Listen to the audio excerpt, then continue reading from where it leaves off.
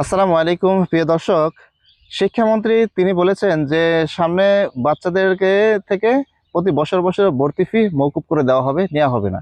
তো আমরা এই ব্যাপারটাকে অ্যাপ্রিসিয়েট জানাই, এটা অবশ্যই আমাদের জন্য ভালো। তবে একটা তীব্র একটা নিন্দা, একটা প্রতিবাদ জানিয়ে একটা বিষয়, সেটা হলো যে মানুষ ইসলামের দিকে ধাবিত কিভাবে হবে।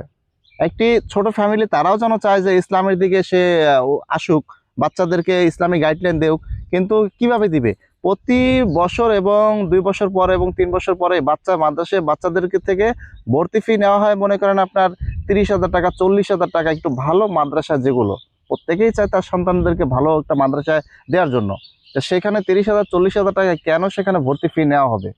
কেন? হয় আপনার বাচ্চার কাছ থেকে, একজন ছাত্রের কাছ থেকে আপনি মান্থলি তো আপনি 8-10 হাজার টাকা, 12,000 টাকা আপনি নিচ্ছেন।